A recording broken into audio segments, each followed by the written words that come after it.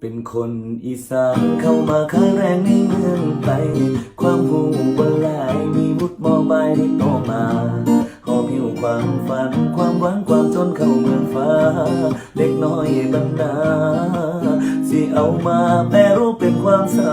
ำเร็จทำงานเบิดมือบ่ได้เห็นเดือนเห็นตะวันสิ่งที่พอกันกะเศร้ากะดึกและกะเทย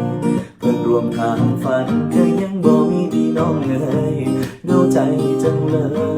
ยอยากจะมีความฮักมาดูแลใจ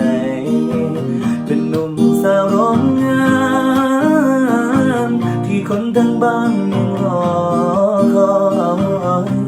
เหนื่อยกายเล็กน้อยแต่ขาดแรงใจที่เฮาตามหามาโดนเป็นหนุ่มสาวโรงงานที่ยังต้องการใครสักคนมาอยู่ข้างๆมาก่อสักคนคลายหนาวจากแอร์โรงงานอดเอาจากหน่อยเด้ออีแม่อีพ่อลูกหลานยังคิดต่อคอยวันเมื่อบางเฮาอาจมีของตอนเป็นคนเป็นเมื่อฝ่ายเจ้ายังได้แต่เว้าคือหายากแค่นอคนรวมฝัน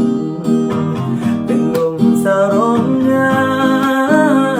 นที่คนทั้งบ้านยังรอคอยเหนื่อยกายเล็กน้อ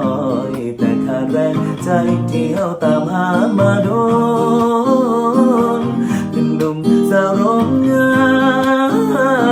นที่ยังต้องการใครสักคนมาอยู่ข้างๆมากอดสักคนใครแล้วจากแอร์โรงงานคือหายากแท้เอาคนข้างๆสาบอ